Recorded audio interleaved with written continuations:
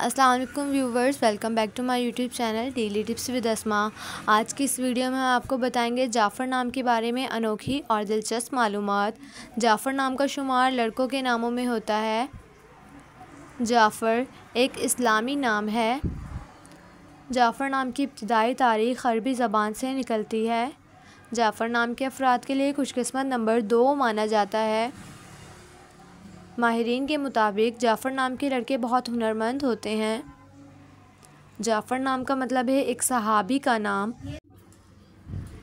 जाफ़र नाम के लड़कों के लिए खुशकिस्मत दिनों में बुध, जुम्मा और हफ्ते का दिन शामिल है। जाफ़र नाम के अफराद के लिए मुवाफ़िक रंगों में काला, नीला और सुरमई रंग शामिल है। जाफ़र नाम के अफराद के लिए मुवाफ़िक पत्थरों में रूबी पत्थर शामिल है। खुशकिस्मती वाली धातों में हिंसों के हिसाब से कांसी और लोहा शामिल हैं।